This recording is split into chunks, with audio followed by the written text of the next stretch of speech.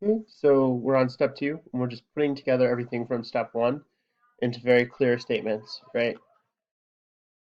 Sodium is a blank with a blank charge of, okay? So what type of ion goes here?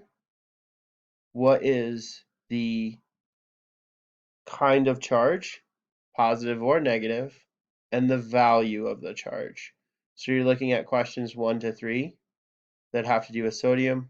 And again, chlorine is a an, right? What type of ion? There are two types, cation or anion. It has a positive or negative charge, and then the value of the charge. Okay, so this statements just show you're putting together the pieces. So it's not meant to trip you up. There's nothing tricky about it. It's just a clarification of everything we've covered until this point. All right, so feel free to jump in to an office hour.